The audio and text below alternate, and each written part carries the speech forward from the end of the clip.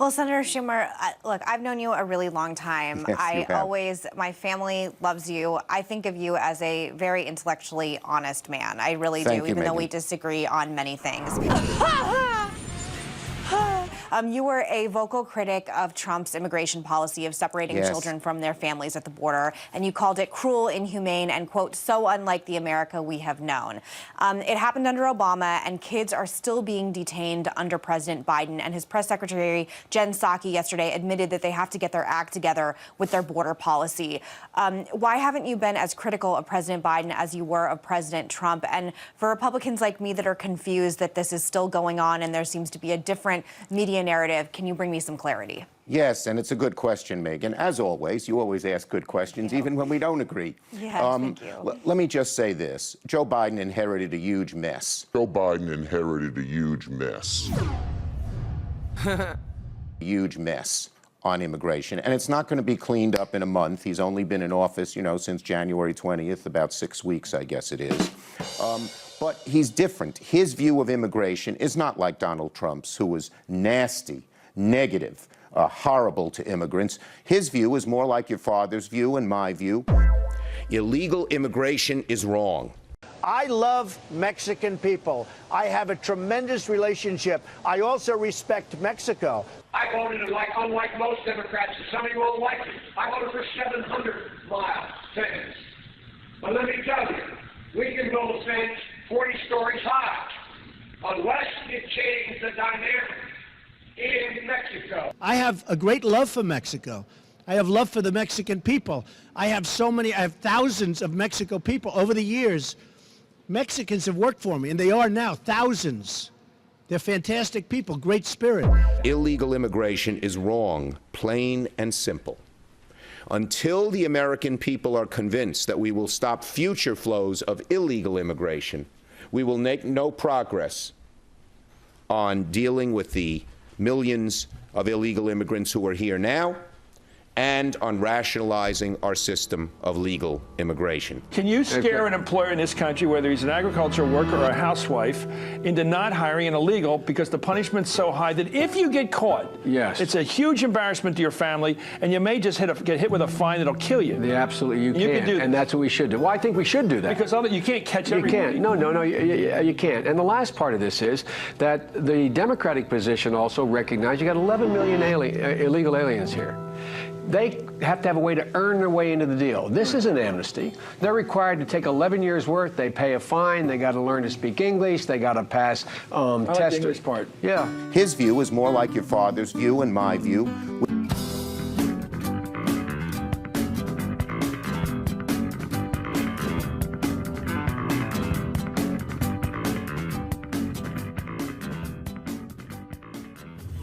Hundreds of people turned out today to congratulate local hero John Dillo on receiving a Purple Heart and Bronze Star for his service in Afghanistan almost 20 years after he shit his pants in the middle of a social studies lesson in Mrs. Barnes' 4th grade class. That's right, Blake. The courageous action he took to protect his fellow soldiers after he was shot by insurgents is getting him even more attention than when classmates asked, "What's that smell?" Pointed directly at him and shouted, "Oh my God, Dillo shit his pants." No one would have imagined that the little boy who had to carry his underpants in a plastic bag and borrow a pair of old gym shorts from the nurse would accomplish so much. But John isn't just a respected soldier. The man who once shit right down the leg of his jeans into his sock donates his time and money to the American Leukemia Society.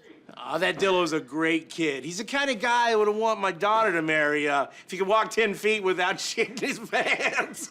Despite his injuries, Dillo says he's eager to get away from Pennington and go back to the fight. Well, congratulations, John Dillo. I know we'll see you shit out some great things in the future. Senator, as it turns out, you were ahead of your time on this. Let's play a clip from an ad that you ran back in 2010 where you talked about that danged fence. Let's play a clip of that and talk about it.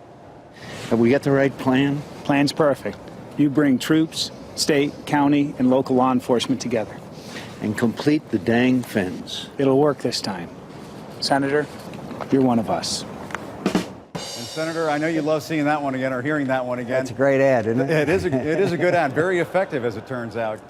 That danged fence, is it going to get finished this time? Probably not, but a significant part of it will be completed. But as we're walking along here, we're not seeing any kind of imminent danger. There are no migrants trying to rush toward this fence here in the McAllen, Texas area. Completed, but who is going to pay for all of this? Well, we'll be paying for it through fees. When we use phrases like undocumented workers, we convey a message to the American people that their government is not serious about combating illegal immigration. If you don't think it's illegal, you're not going to say it. I think it is illegal and wrong, and we have to change it. One of the problems with the Trump administration is they had such incompetence. So they are rolling up their sleeves and working on this. I think it will get better in the next few months. If it doesn't, I will go to them and say, you got to do better. And if they don't, I will be public. But I got to give them a little bit of a chance because they inherited a big, big mess. Retired acting ICE director Tom Homan. Tom, do you blame Trump for the problems at the border? No, I don't. He is not being truthful to the American people. There is certainly a crisis on the border that is manufactured and was created by the Biden administration because of their promises that they made and the enticements they made to the people. But I got to give them a little bit of a chance because they inherited a big, big mess. I'm sorry. He removed the remain in Mexico agree. Remember policy. the caravans? He did Talk the about 100-day the deportation. politics. In the first 100 days, no deportation. In the first 100 days of my administration, no one will be deported at all. From that point on, the only deportations that will take place are commissions of felonies in the United States of America. The first 100 days, no deportation. He removed the Remain in Mexico policy. And I'm sorry, the idea that give a guy a break while kids are being held in jail-like facilities, the American public are not stupid people. I'd rather the have them held than released back into countries where they're at risk. I'm glad that you're okay with children being held in jail-like facilities. I think that's a stretch. all people all the way around. No one's okay with that. What you're saying isn't Stop it. accurate, Sarah. But what Sarah's saying is it's just not factually accurate. The idea that this is all Republicans' What's fault? accurate? It is accurate. It is accurate that no Republicans spoke about it for 4 years, and now all of a sudden they're horrified by it. No Republicans spoke about it for 4 years, and now all of a sudden they're horrified by it. It was January of 2019. The federal government had just shut down. The president said we needed a border wall. The Democrats scoffed at him. They claimed the entire immigration crisis was, quote, manufactured. The news media heartily weighed in on that debate. In case you can't remember whose side the media took, here's a clip from our archives.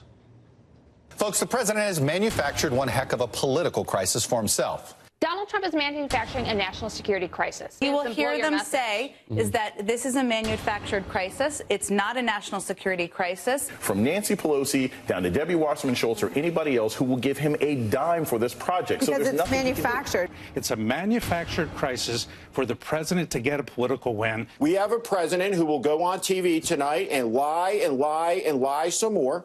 This is a manufactured crisis. Not a word from Republicans. It is not for intellectually 4 years. honest. All together now, manufactured crisis. 6 syllables. Learn them, dear robots. Repeat them until they seem plausible. Move on. They'll never remember you lied. And that's exactly what they did. It's what they always do. Meanwhile, the border degrades. Unaccompanied minors keep showing up here. Word has gotten out that almost nobody will ever be deported from this country. Just claim asylum and get released. Everyone in Central America knows this. Why wouldn't they? Since 2000, the number of pending immigration court cases has gone from barely 100,000 to more than 800,000. About 22 million illegal immigrants already live in the United States.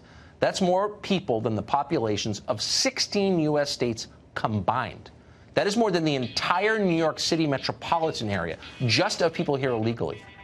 But remember, it's not a crisis. It's a guaranteed Democratic majority for the next 100 years. And that's a good thing. Ask CNN. One of the problems with the Trump administration is they had such incompetence.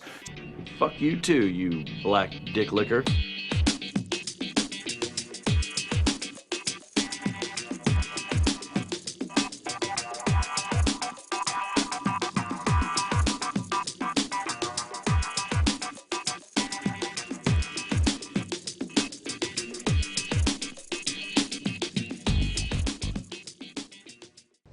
Racist! White supremacist! Anyone who disagrees with me is a Nazi.